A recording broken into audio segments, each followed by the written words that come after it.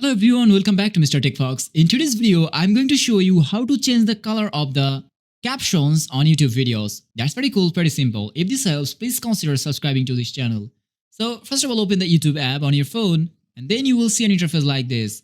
Normally, first of all, you have to open a video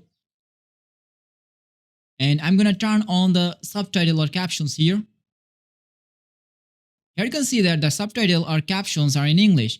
So normally we are going to change the color of it. To do that, normally you have to click on this U button on the bottom right corner and you have to choose this settings option. And now you have to scroll down a bit and you will get an option here, captions, and turn this on. And from here, choose caption style. And from here, you can choose your custom style or default styles like yellow on blue, yellow on black, and so on.